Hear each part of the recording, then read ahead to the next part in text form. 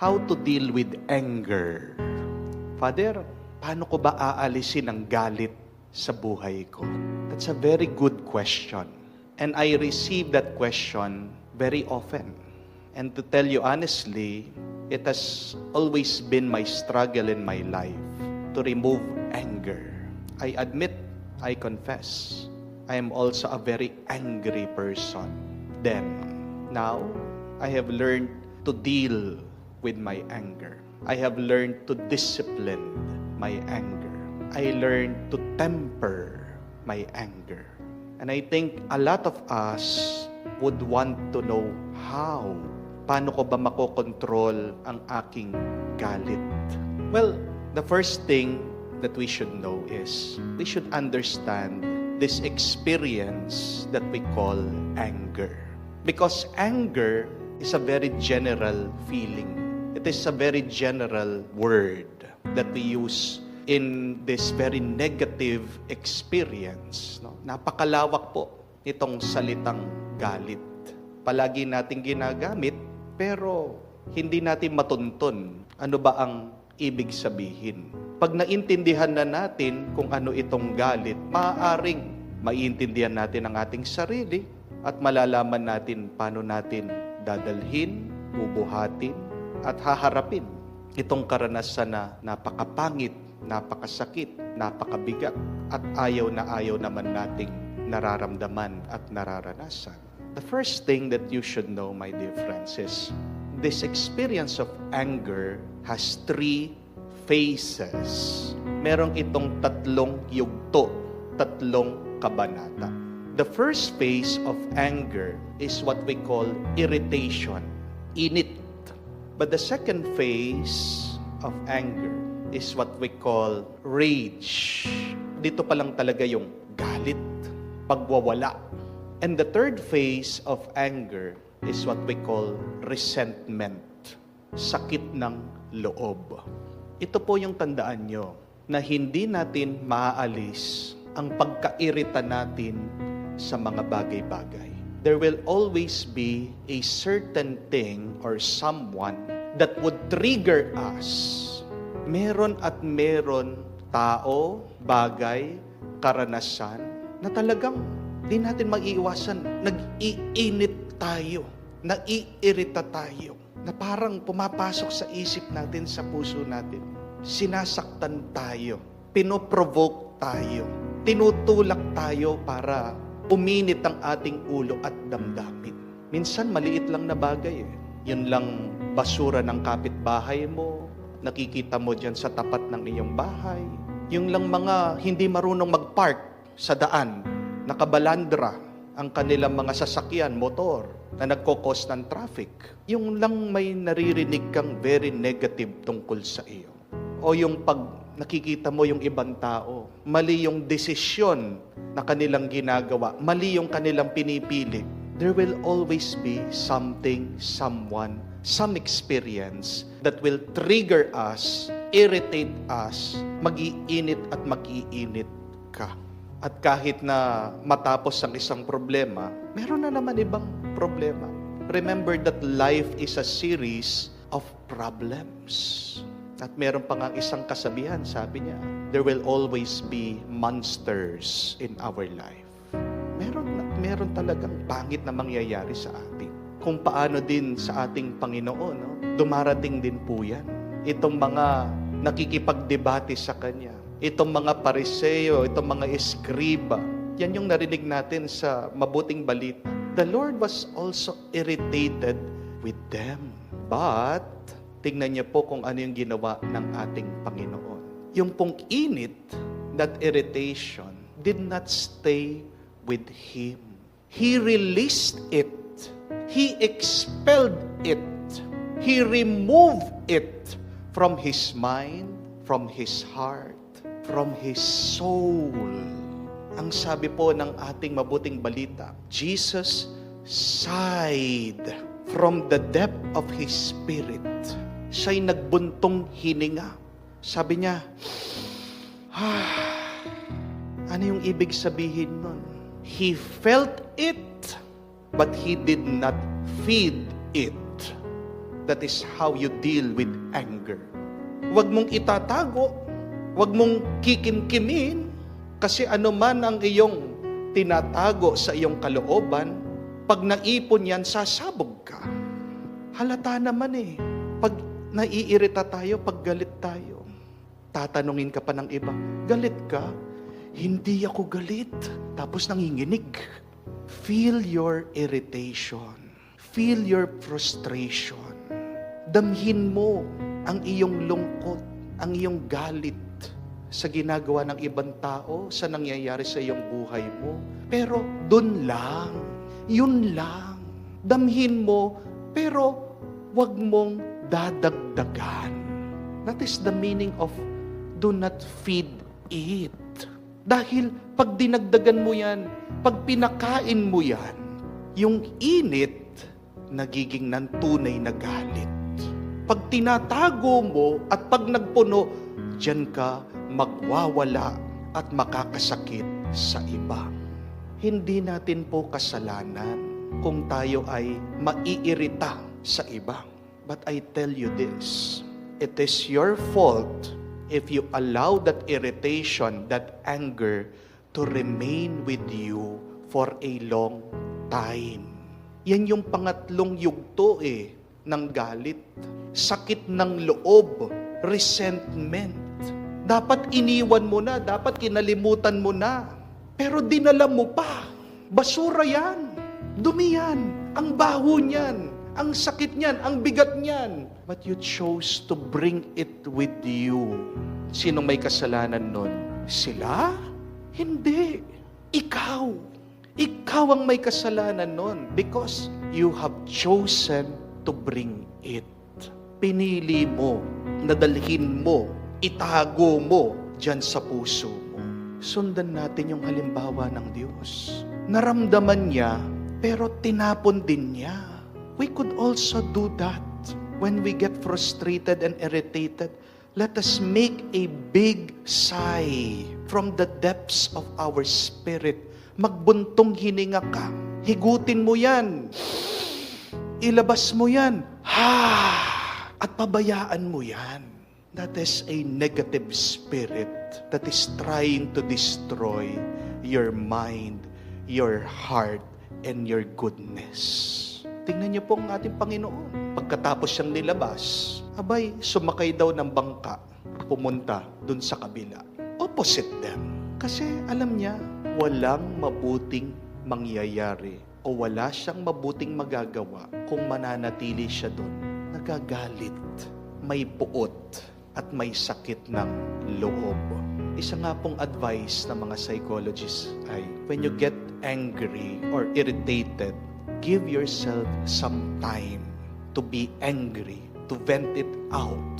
Give a very specific time. Gaano katagal yung gusto mong manatiling galit?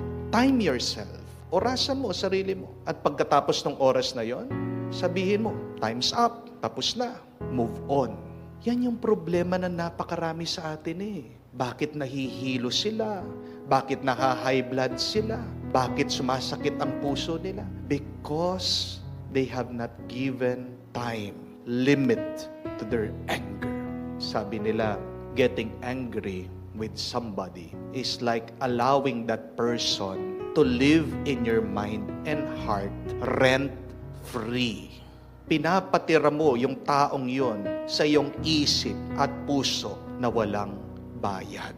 Kaya nga, kung masamang loob mo dun sa isang tao at pinapatira mo siya dyan sa isip mo at puso mo, ang bait mo, kasi hindi naman siya kailangan nandoon pinapatira mo. Pinapagamit mo yung isip mo at yung puso mo. But kidding aside, hindi po yun kabaitan Ang tawag po doon, kamangmangan. Pardon for the term, katangahan. Dahil ginagawa mong biktima ang iyong sarili, nagpapaabuso ka dyan sa iyong negative feeling.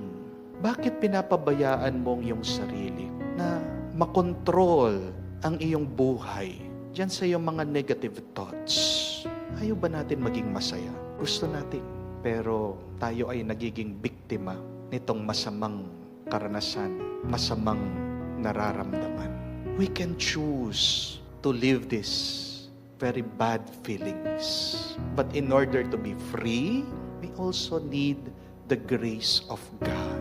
Kaya nga, kahit na anong effort mo, anong lakas mo, kahit na gustong-gusto mo nang lumaya, manghihina ka pa rin dahil limitado ang ating lakas. Diyan pumapasok ang banal na Espiritu para pagkalooban tayo ng katalinuhan, ng karunungan, at ng lakas na piliin, damhin, pero ilabas, iwanan itong galit at puot.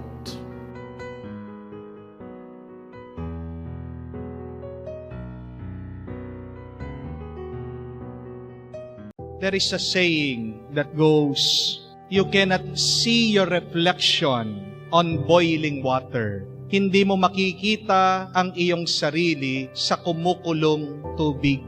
Anong ibig sabihin? Hindi mo makikilala ang iyong sarili kapag ikaw ay kumukulo sa galit. At hindi rin mabuti ang iyong magagawa kung kumukulo ka sa galit. Kaya nga po, ano yung payo natin sa mga taong punong-puno ng galit? Cool ka lang, kalma lang, palamigin mo muna ang iyong sarili. Dahil ito ang ginagawa ng galit sa atin. Tayo ay pinapakulo, tayo ay pinapainit. At tandaan natin, pag ikaw ay kumukulo at sobrang init, mapapaso ka, masasaktan ka, makakapaso ka ng iba, makakasakit ka ng iba. Kaya ang tanong, ano ang magandang gawin pag kumukulo ka sa galit?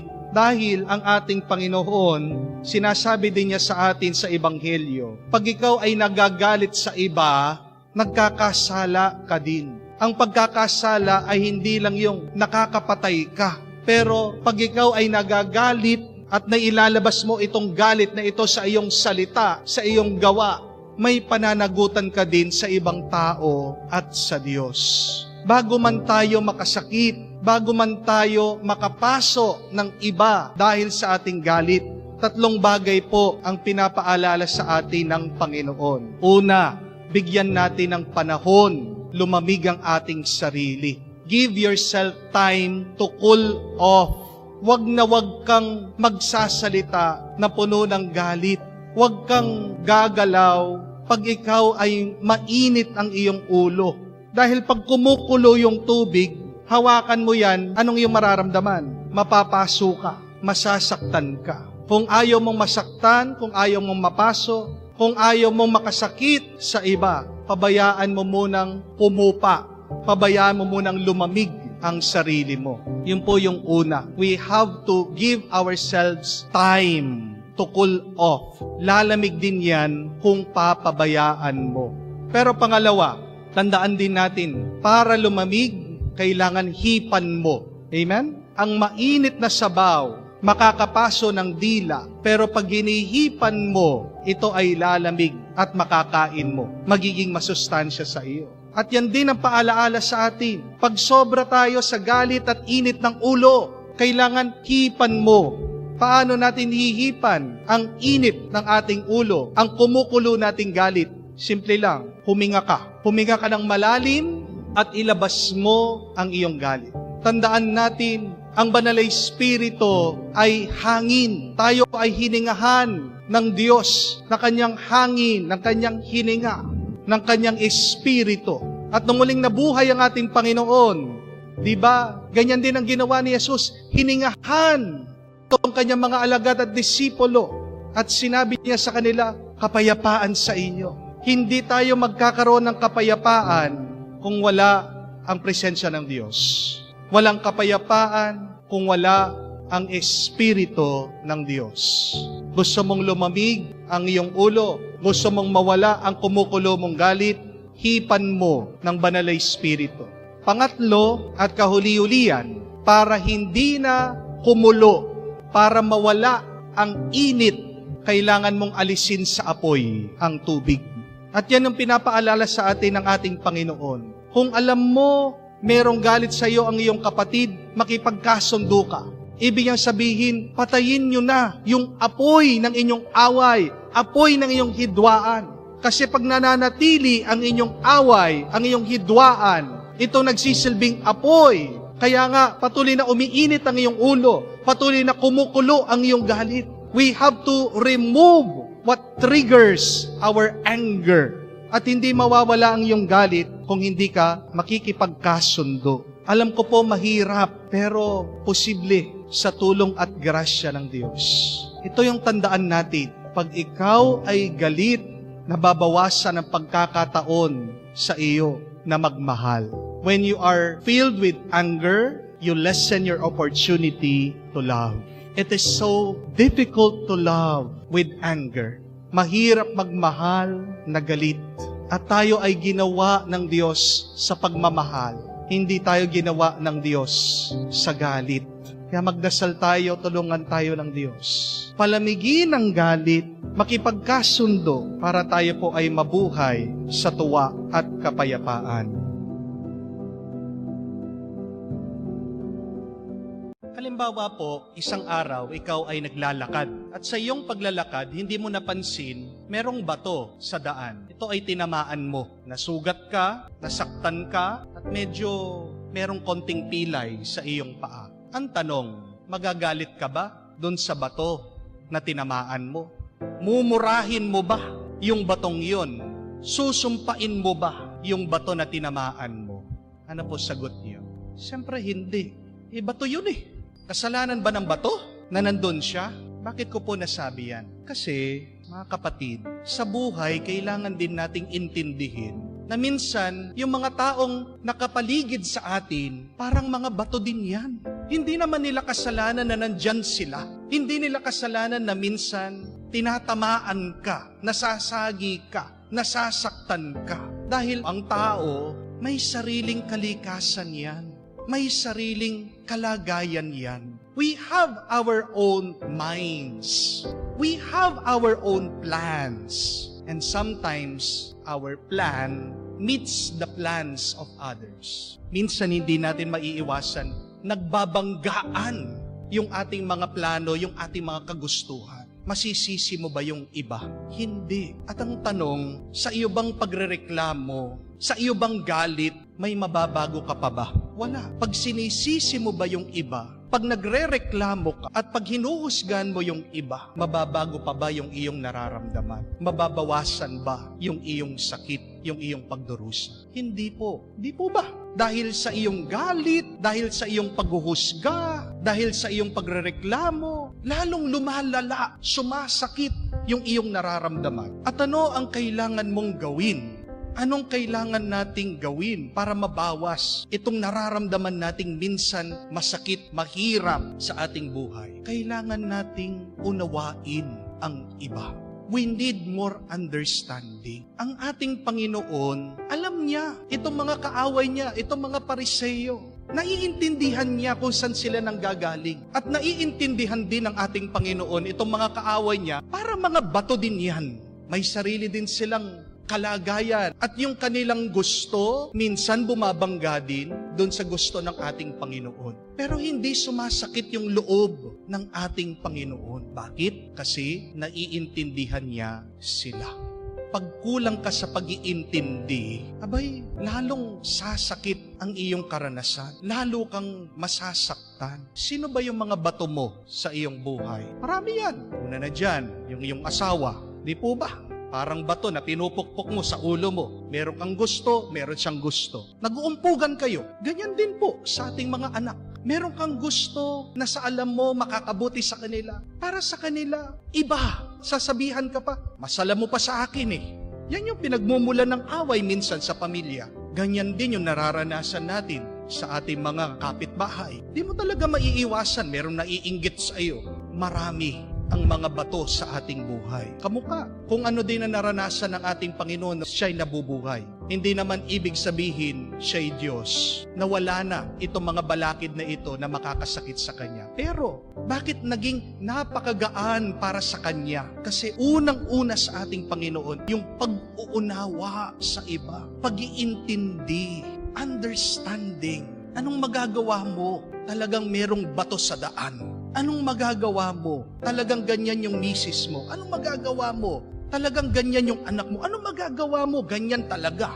yung iyong kapitbahay. Iba-iba po tayo. Do not blame people for being people. Tandaan niyo po yan. Amen? Huwag mo sisihin yung ibang tao dahil tao sila. That's it. People are people. Tao, iba-iba tayo, intindihin mo yun. Kung hindi mo maintindihan yan, abay, ginagawa mong mahirap ang iyong buhay. Ito din po yung isipin nyo. Ang buhay, parang boxing, di po ba? Tayong lahat, nakapaloob tayo sa isang boxing match. Hindi matatapos yan habang buhay ka. Meron at meron kang kalaban. We always have an opponent in front of us. E anong gagawin mo? 3 bagay lang. Una, depensahan mo ang sarili mo. Amen? Pangalawa, kung hindi mo kayang depensa ng sarili mo, tumakas ka, umiwas ka. Amen? Pero meron pa rin pangatlo, lumaban ka. Huwag ka lang magpapabugbog. Umiiwas ka, hindi mo maiwasan. Dinidepensan mo sarili mo. Pero huwag ka naman paabuso sa ibang tao. Marunong ka rin naman sanang lumaban. Itong ating Panginoon, hindi niyo po ba narinig? Sumagot siya. Hindi naman niya pinabayaan na laitin sila, siraan siya, atakihin siya. At paano siya sumagot? May katalinuhan, may karunungan. Hindi po siya nakipagsuntukan, ha? Ginamit niya yung isip niya, yung kanyang kaalaman. At saan nanggaling yung kanyang pinaglaban? Saan nanggaling yung kanyang pagdepensa? Galing din po sa Biblia. Kaya napakahalaga na tayo po ay nagbabasa, nakikinig din sa salita ng Diyos. Ang salita ng Diyos, yan yung ating depensa, pero yan din yung ating paglaban. Ang salita ng Diyos din, siyang magiging gabay natin para makaiwas tayo sa sakit, sa panganib ng buhay. Tandaan po natin, magiging mas magaan ang buhay kung uunawain mo ang iba. Bakit kailangan iwasan ang mga taong galit? Why should we avoid angry people? See, the Lord gives us an example in the gospel. Siya'y nangaral, ayaw daw yung kanyang sinabi. People were filled with fury. Ang mga taong ito, kababayan niya, mga taong ito, kamag-anak niya, mga taong ito, kakilala niya. At anong ginawa sa kanya? Nilabas daw siya sa sinagoga, tinutulak siya, pinapatay siya, inihuhulog siya sa bangin. And yet, what did the Lord do? He avoided them. He walked in the midst of them. Dinaanan lang niya. Dinedman niya. Hindi niya pinansin. Pinabayaan niya. Jesus, let them go. Why should we let go of angry people in our lives? Bakit kailangan mo din iwasan muna, dedmahin ang mga taong gagalitin o puno ng galit sa kanilang puso? 2 reasons. Because one, remember, an angry person is a foolish person. Or in other words, a person with anger issues is a stupid person. Mababasa niyo po yan sa Biblia. In Proverbs, it says, a fool reveals his anger, but a wise man conceals his dishonor. Tanga ka. Kung binubuksan mo ang iyong bibig, lumalabas puro galit. Sira ang ulo mo pag pinapakita mo ang galit mo sa ibang tao. Pero matalino ka, marunong ka, kung kaya mong kontrolin, kaya mong hawakan, kaya mong disiplinahin ang iyong sarili. Pag naiinis ka na, pag nagagalit ka na, pag nanggigigil ka na. Choose. Are you a wise person? Or are you a stupid person? Sino ba sa atin dito ang gustong maging tanga? Wala. Sino ba sa atin dito ang gustong tratuhin na sira ang ulo, na hibang? Wala. At sabi pa ng Book of Ecclesiastes, do not be eager in your heart to be angry, for anger resides in the bosom of fools. Nasaan daw ang galit? Sa mga hibang. Nasa mga walang tamang pag-iisip. At alam natin yan, sa social media lang nga, pinagtatawanan natin yung mga taong galit na galit. Di po ba? Yung nag-away, yung dalawang mama sa daan, anong ginawa nila sa kanilang pagtutuos? Nagduraan. Nakakatawa. Di po ba? Wala sa tamang pag-iisip. Pag nagkaroon ng alitan sa gitna ng daan, ayun, lalabas na, nagmumura na, nagwawala na. Pinagtatawanan natin. Ano ang nagagawa ng isang taong wala sa tamang pag-iisip? Nakakasakit siya. Di po ba? Kaya nga, pag nagkaroon ng road rage, galit sa daan, dahil gitgitan, hindi pinagbigyan, nagasgas na yung sasakyan, sa galit, ayun, inatras, lalo pang binangga, lalong winasak yung sasakyan. Because a foolish person does not think straight. Hindi iniisip ng isang taong hiba kung ano yung tama at mabuti. Kaya magandang gawin, tularan natin ang Panginoon. May kakilala ka, galit o ugali na, yung araw-araw na lang nagalit, iwas-iwasan mo yan. Baka mahahawa ka sa kanilang pag-iisip. Amen? Kamukha ng paparating na isang kabayo tumatakbo o isang kalabaw. Kahit nasabihin mo, ang cute ng kabayo, ang cute ng kalabaw, paparating, galit na galit, naglalaki ang butas ng ilong. Yayakapin mo ba? Hindi. Kasi naiintindihan mo, wala sa tamang pag-iisip. Hayaan mo muna na lumamig. Kung gusto mong kausapin, kung gusto mong magkaayos kayo ulit, kailangan palamigin muna yung galit. Dahil ang galit, apoy. Amen? At pag merong apoy, kahit na may liwanag, masyado kang malapit, siguradong mapapasok ka, siguradong masasaktan ka. Avoid angry people. They are foolish. They are stupid people. Sabi nga, do not argue with stupid people. Amen? Do not be one of them. But secondly, avoid angry people because they infect you with their anger. Ang galit ay lason. Ano ang mararamdaman mo kung yung pinapainom pala sa iyo, pinapatakan ng konting muriatic acid? Di ba? Magagalit ka. Konting lason lang, ayaw natin. Pero bakit hinahayaan natin na magkaroon ng galit sa atin? Kaya ang Diyos umalis. Ayaw niyang mahawa doon sa lason, doon sa toxic na feelings, pag-iisip ng mga taong ito. Dahil pag naging galit na rin ang Panginoon, makakalimutan niya ang kanyang misyon. Amen? Tandaan niyo po, pag merong isang taong galit na galit, parang ipo-ipo yan o parang kumunoy. Pag nalapit ka sa ipo-ipo, anong mangyayari sa iyo? Pag nalapit ka sa kumunoy, natapakan mo, anong mangyayari sa iyo? Mahuhulog ka, sisip-sipin ka niyan. Amen? At ang hirap makaalis. It is a force that is so difficult to get free from. Tignan nyo na lang, subukan nyo po. Pakinggan nyo yung mga nagchichismis sa inyo, mga naninira sa inyo. Anong nararamdaman mo? Nagagalit ka, di po ba? Ako, palagi ko pong napapansin sa akin ito Pag nagbabasa ako ng mga comment sa mga videos natin, meron pa rin negative na tao. At agad, nararamdaman ko yung galit. Gusto ko sumagot, but I stop myself because I remember, hindi naman dapat ako magalit. Unang galit itong taong ito, sinisip-sip niya ako, hinahatak niya ako doon sa galit niya. Ang mga taong galit, sa tingin ko, gumagawa ng eksena, lonely sila. Amen?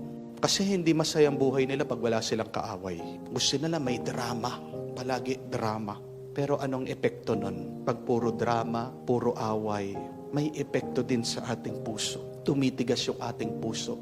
Hindi mo alam, nagkakasakit din ang iyong kaluluwa. Lason Huwag tayong magpaninlang sa hatak ng galit. Because remember, anger begets anger. Hindi naman pwede na anger begets happiness. Imposible na galit ka pagkatapos ang bunga nun tuwa. Hindi pwede. But happiness begets happiness. Kung pinipili mong maging masaya, manganganak yan ng mas maraming saya. And remember, happiness is always a choice. How can you be happy? Walk away from these angry people. Walk away from these toxic people. Layuan mo ang mga taong hindi tama ang kanilang pag-iisip. Masisira ka lang nila, masasaktan ka lang nila, at magiging miserable ka pa. Hingin po natin ang tulong ng Banal na Espiritu pag meron ng taong galit malapit sa ating buhay. Dahil pag nandyan ang Banal na Espiritu, nandyan ang katalinuhan, wisdom, nandyan ang tuwa, joy. Hindi natin kailangan ng galit sa buhay natin. Amen? What do we really need in our life? Only God, only His Spirit. Anger drains your life, but the Spirit of God gives you life. Choose. Do you want to be angry, foolish, stupid? Or do you want to be wise, happy, full of life?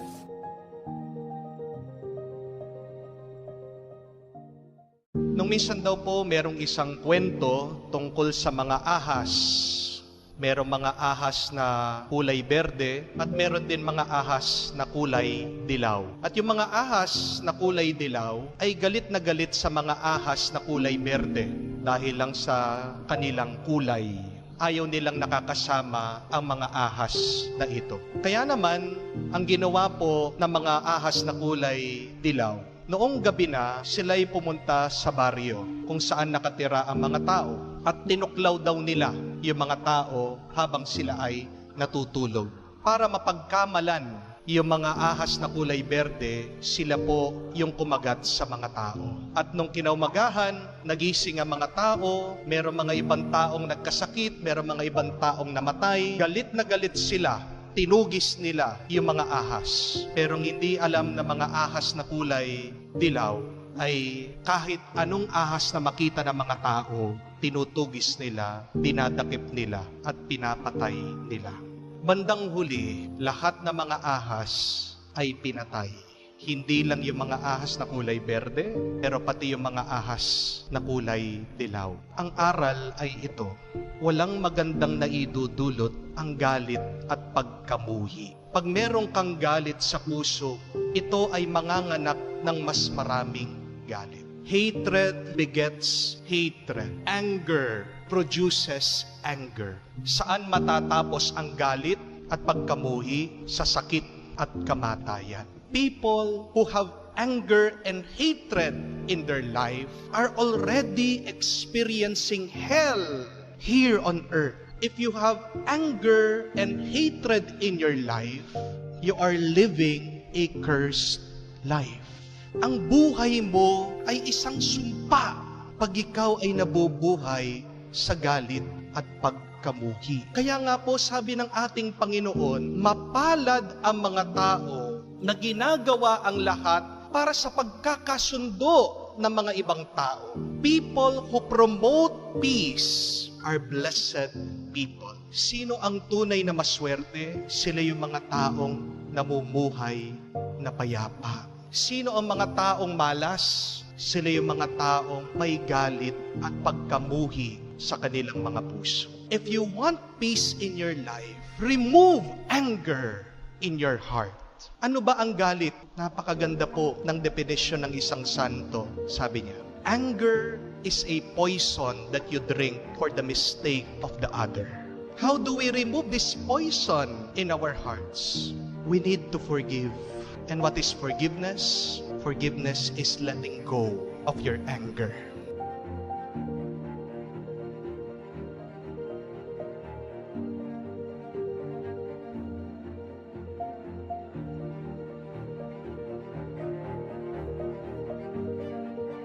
Sigurado may dahilan tayo pag tayo'y galit sa isang tao.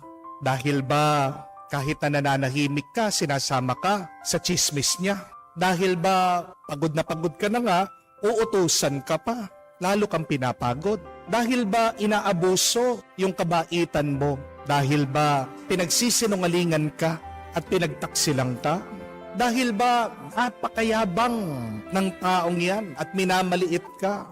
Dahil ba napaka-selfish niya at hindi man kinukonsider minsan na nasasaktan ka na pala niya? O dahil ba siya na nga yung gumawa ng mali, binabaliktad, ikaw pang sinisisi? Meron tayong palaging dahilan para magalit sa iba. Amen?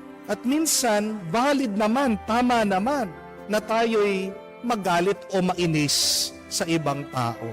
Pero minsan, aminin din natin, na tayo po ay naiinis at nagagalit sa isang tao na wala naman talagang dahilan.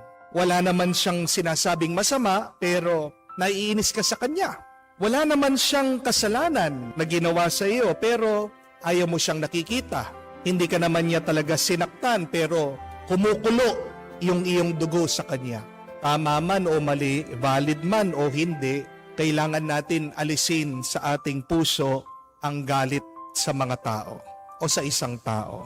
Because remember, my dear friends, no matter how much you justify your anger, anger is always destructive. Anger can never be constructive. Kahit na ano pang iyong dahilan, hindi pa rin makakabuti sa iyo ang galit na nararamdaman mo, ang galit na bitbit mo. Ang tanong, paano po natin aalisin ang galit natin sa ibang tao? Balikan natin ang kwento sa Ebanghelyo, napakaganda. Dahil meron din isang taong nagalit, kahit na gumawa ng mabuti, nagpagaling ang ating Panginoon. Ito pong namamahala ng sinagoga, nagalit dahil daw nagpagaling ang ating Panginoon sa araw ng pagpapahinga. Nalabag naman talaga sa batas ng mga Hudyo. Pero anong ginawa ng ating Panginoon para maalis yung kanyang galit? Ano ang sinabi niya? Diba, kahit na araw ng pagpapahinga, inaalis nyo sa pagkatali yung inyong mga alaga para makainom sila. Itong babaeng ito, 18 years na nakatali sa kanyang paralysis, sa kanyang sakit. Hindi ba karapat-dapat na siya ay gumaling sa araw ng Sabat, sa araw ng Panginoon? Ano yung ginawa ng ating Panginoon doon? Binigyan niya ng muka ang awa. Para ikaw ay maawa, kailangan bigyan mo ng muka ng tao. In other words, our Lord humanized that sick person. Kasi tandaan po natin, pag nawawala yung muka ng tao, hindi ka maaawa sa kanya. Bakit po sa tingin nyo, nung pong World War II, gerang pandaigdig, ito po mga German, mga Nazi, ang dami po nilang napatay na mga Hudyo. Kasi hindi po nila nakikita na sila'y tao. Para sa mga Nazi German, ang mga Hudyo ay daga na kailangan patayin. Tingnan niyo po yun. Nawala yung muka ng tao, kaya nga napakadali sa kanila ang kumitil ng buhay. At ganyan din po yung problema natin ngayon. Kaya may gera sa Middle East. Bakit napakadali para sa mga Israeli na bombahin ang mga Palestinian? Nakaramihan po sa mga namamatay, mga baby, mga bata, babae, matatanda, mga sibilyan. Kasi kung papakinggan niyo po, yung pananalita, kung pag-aaralan niyo pag-iisip ng mga Hudyo ngayon doon sa Israel, hindi naman po lahat, karamihan. Anong tingin nila dito sa mga taong nakatira sa Gaza? Lahat sila terorista. Kahit na yan, baby, bata, matanda, babae, wala silang pakialam. Basta't yung mga nakatira doon, terorista, demonyo. Ang tingin po nila sa kanila, hayop sila para sa kanila. Kaya nga po, napakadali sa kanila ang magpaulan ng bomba. Wala silang awa dahil nabura na ang muka ng tao. Gusto mong maalis yung galit mo sa tao, ibalik mo yung muka ng tao para maawa ka. Humanize that person. Tandaan mo yung taong kinagagalitan mo, yung taong kinaiinisan mo, sino man yan, may pamilya yan. Meron siyang pangarap, ang layunin lang niya, yung may kagustuhan siya na gusto lang niyang maging masaya. Nagkakaroon lang siya ng problema ngayon, kaya nga, baka nasaktan ka niya, baka may nasabi siyang hindi maganda sa iyo. Pero kung sino man yan, tandaan mo, tao pa rin yan, nanay yan, ng isang bata, tatay yan, maaaring siyang breadwinner ng pamilya. Ibalik mo yung muka ng tao. Bigyan mo ng muka yung iyong awa dyan sa taong kinagagalitan mo. Alisin mo sa isip mo yung mga pangit na naging paghuhusga mo sa kanya. Sinasabi mo na demonyo siya, hayop siya. Try to remember that person is still a human being. Isa pa nga pong magandang paraan para maawa tayo sa iba, ano po? Use the golden rule. At ano po yung golden rule kung maaalala nyo? Do unto others what you want them to do unto you. Gawin mo sa iba kung ano yung gusto mo gawin nila sa iyo. Anong ibig sabihin nun? Imagine yourself at the shoes of that person. Put yourself in the position of that person. Ibig sabihin, isipin mo, kung ikaw yun, paano mo gusto na tratuhin ka? Kung ikaw yun, subukan mo na lumakad doon sa kanyang buhay. Minsan makikita mo yung dahilan bakit ganyan yung tao. Bakit masama ang ugali niya. Hindi mo alam na meron siyang kapamilya na may sakit, na-stress siya. Hindi mo alam ng taong yan, patong-patong yung kanyang utang. Hindi mo alam yung taong yan, insecure sa kanyang mga kapatid dahil napag-iwanan na siya. Hindi siya nakapag-aral, pinag-aral niya yung mga kapatid niya. Ngayon, siyang nahuli. Naghihirap pa rin siya habang yung mga kapatid niya, yumaman niya. Di po ba? Baka hindi rin natin alam yung taong yan, may sakit siya, tinatago lang niya. O baka nagmi-midlife. Merong mga pangarap na tanda-tanda na niya, hindi pa niya naabot. Try to walk at the shoes of others. Imagine yourself being in the position, in the life of that person. Binibigyan mo ng muka, binabalik mo yung pagkatao ng tao. At pag na-realize mo na tao din siya, kamukha mo din siya, di ba? Maaawa ka sa kanya, maaalis yung iyong galit, yung iyong inis. Tandaan po natin mga kapatid na walang taong pinagpapala na may sakit ng loob. Amen? No person is blessed by God with anger and resentment in their hearts. Sino mga tunay na pinagpapala ng Diyos? Yung mga maawain. Nababasa niyo po yan sa Beatitude ng ating Panginoon. Di po ba? That blessed are the merciful. They will be shown mercy. Gusto mong maawa ang Diyos sa iyo? Maging maawain ka, mahabagin ka naman sa iba. Bago ka magalit sa iba, suspend your judgment. Remove your opinions about other people. Stop looking at them badly. Hindi po halimaw ang ibang tao, hindi demonyo ang ibang tao. Maaaring meron silang masamang ginagawa. But at the very core, sa pinakapuso ng tao, pinapaalala din sa atin, Your love is a mist that surrounds me like a cloud. I'm chasing the highs and the lows of our love avowed. In the silence I hear your voice whispering my name, a siren's call that beckons me to the flames. I'm lost in your ocean where the tides are high, drowning in the moment. I'm never saying goodbye. In your love I'm free where the darkness shines. Lost in your ocean, I'm home, I'm mine.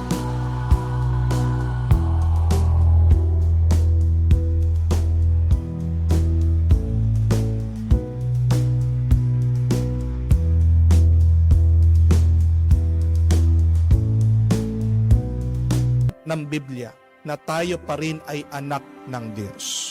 Kaya nga ang ating Panginoon, siya'y namatay para sa atin dahil ang mga anak ng Diyos gusto pa rin niyang maibalik sa langit makasama ng kanyang Ama. All of us deserve to be saved. Naway maawa tayo sa iba kung maalala natin, kamukha natin sila, tao din pala sila, may mukha yan. Nakakaranas din yan ng sakit, hirap kamukha mo. Kaya nga, huwag mong papahirapan ng iba sa iyong galit.